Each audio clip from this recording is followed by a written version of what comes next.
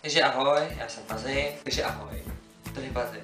Teď vážně. Ahoj, tady je Pazi. Vítám vás u videa, neboli u nějakého názorového videa. Tohle video je hlavně určené kvůli názoru na Asku, protože se mi na to nechce odpovídat. A jelikož, abych to řekl zkráceně, aby tam nebylo tolik slohovek a blá blá blá blá blá. Do tohohle videa mě uvrtala moje nejlepší kamarádka, neboli BFF, můj biftek, Lusoučková, najděte si na Asku. Tak začneme s nějakými názorovkami.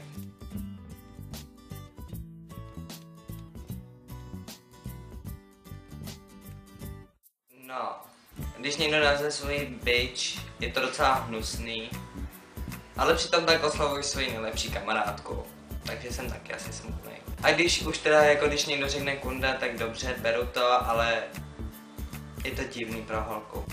Další. Já na anorexii mám vlastní názor, ohledně toho anorexie pro mě je zlo.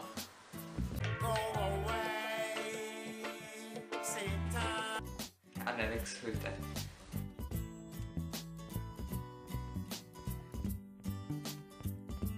Na dnešní generaci je asi takový jako, no, po prdele, co se to s námi stalo. Všichni kouříme, fetujeme, chlastáme. A stejně jedno z toho dělám taky. Kurva. Neboli, když jsem vymyslel něco podobného jako je taková ta číča, jak běhá takhle v tom vesmíru, ne, a za ní lítá takhle ta duha, ne. No, asi víte, o čem mluvím, ne, no.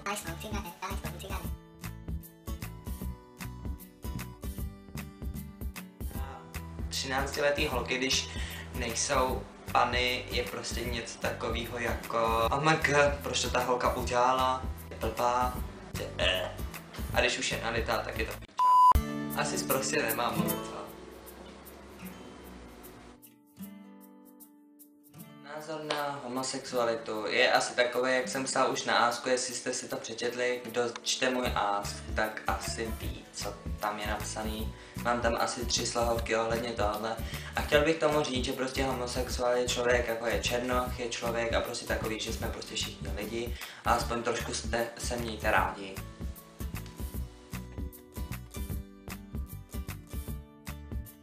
To je velmi úžasný, velmi kulatý a někdy občas oválný, hnědý a má dobrý těsto.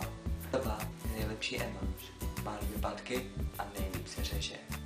No, takže tohle bude asi konec videa, protože jsem za prvý hrozně nervózní, za druhý tohle je moje první video a za třetí tím ještě bych chtěl nakonec pozdravit ještě Matthewa, neboli Filipa, znáte ho, moc famous člověk na Asku. No a Cocaine King, neboli Adama a samozřejmě moji nejlepší kamarádku, která mě do tohle uvrtala, Lusoučkovou.